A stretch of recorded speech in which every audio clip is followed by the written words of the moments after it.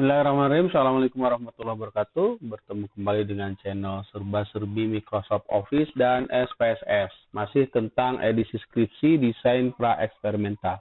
Ini merupakan video keempat. Kita akan membahas tentang uji normalitas data. Yang jelas nanti berbeda dengan yang kuasi eksperimen ya. Bersama saya Saiful Anwar.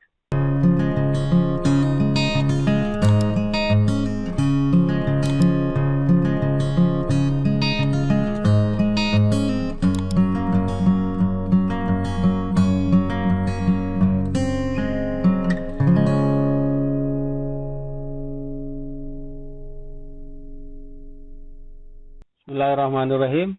Assalamualaikum warahmatullahi wabarakatuh. Kita masuk ke video keempat di masih rangkaian ya video pembelajaran tentang skripsi desain pra-eksperimental. Nah, kita lanjut dengan uji normalitas data. Nanti ada sedikit perbedaan dengan karena ini paired sample, jadi yang diuji normalitasnya itu berbeda. Oke, kita langsung menuju saja ke file Excel-nya. Kita persiapkan filenya untuk datanya ya, untuk nanti dipindahkan ke SPSS. Baik, ini file Excel-nya, ini file Excel-nya.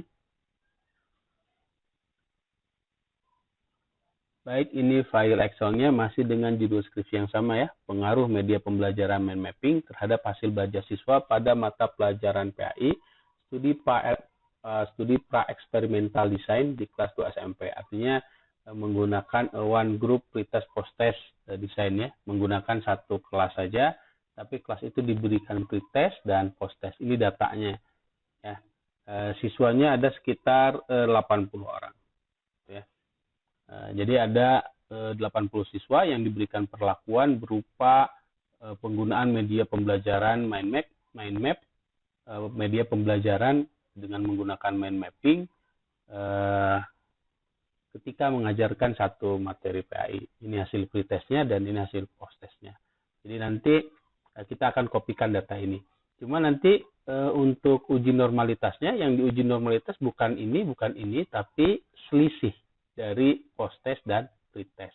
Jadi untuk uji pilot sample, yang diuji normalitas itu adalah selisihnya.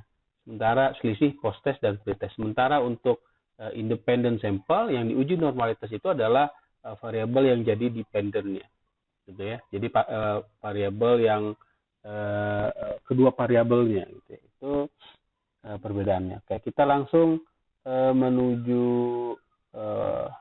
file SPSS. Kita akan mempersiapkan variabelnya ya. Oke, ini file SPSS-nya.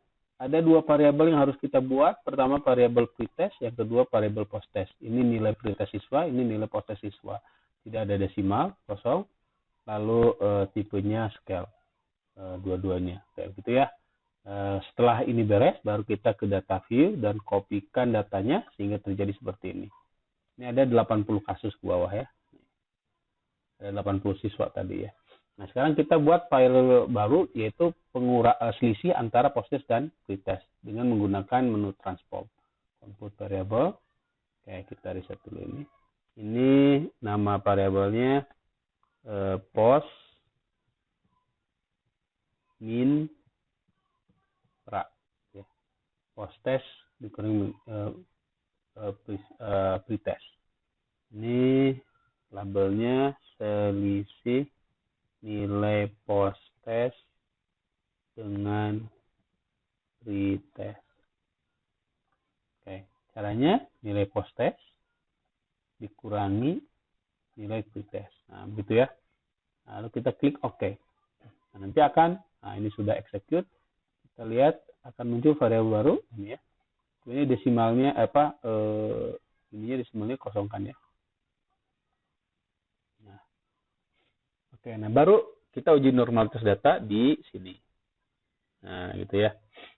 Nah, kita cek analyze. Ya, ingat normalitas data di descriptive explore ya. Nah, kita masukkan selisih nilai ini sini ya. Nah, lalu di option bukan optionnya, di plot kita ada ini saya pastikan ini dicetak normality plot with test. Ini ya. Kalau mau dengan histogram boleh. Ya, kita continue. Dan sekali lagi tidak perlu uji homogenitas ya. Karena memang tidak dibutuhkan. Kecuali kalau yang uji beda, independen, dan ANOVA. Nah, kalau sudah selesai kita klik OK, kita lihat outputnya. Nah ini output uji normalitas. Kita abaikan yang lain, kita langsung fokus ke sini, ke tabel test of normality. Nah di sini kita lihat sekali lagi ada dua output ya, ada Kolmogorov-Smirnov atau yang sudah dikoreksi oleh Lilliford signifikasi, lalu ada output Shapiro-Wilk. Mana yang kita gunakan? Kalau N-nya ini ya, N-nya kurang dari 50, kita menggunakan yang Shapiro-Wilk. Tapi kalau lebih dari 50, di 80, kita gunakan yang Kolmogorov-Smirnov atau yang Lilliford. Nah, karena N-nya lebih dari 20, lebih dari 80 ya, maka kita lebih dari 50 kita gunakan yang ini. Nah, caranya kita bisa lihat ini signifikansinya ya, nilai signifikansinya. Lihat kriterianya. Jadi kalau nilai signifikansinya lebih besar daripada 0,05, maka data normal. Kalau di bawah 0,05, maka data tidak normal. Nah, kalau kita lihat ini nilai signifikasi dari perhitungan Kolmogorov-Smirnov atau Lilliford itu 0,180. Ini jelas lebih besar daripada 0,05. Maka bisa disimpulkan data normal. Kita lihat juga dari histogramnya. Nah, histogramnya cenderung berbentuk lonceng seperti ini ya. Kalau ada garisnya. Kita lihat juga dari visual Kiki plot. Nah, titik beredar di sekitar garis ini. Itu menunjukkan normal. Kita juga lihat di sini bisa, cuma ada satu saja ini, tapi nggak ada masalah karena sebagian besar ada di sini. Pakai box plot juga sama. Jadi ini min-nya ada di tengah-tengah. Jadi kalau min-nya di tengah-tengah, itu distribusi datanya normal. Jadi 75% data ada di sini. Jadi karena datanya berdistribusi normal, berarti nanti uji beda yang akan kita gunakan menggunakan statistik parametrik. Jadi selanjutnya kita akan menggunakan di video ke-5 dan ke-6 kita akan menghitung uji beda dengan statistik parametrik kalau datanya normal. Berarti dengan uji t-test, paired sample t-test gitu ya. Uji paired sample t-test, sementara kalau data tidak normal nanti kita menggunakan Wilcoxon. Sekira itu saja untuk uji normalitas.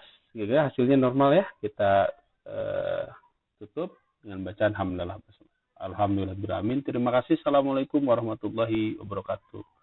Berjumpa kembali di video selanjutnya.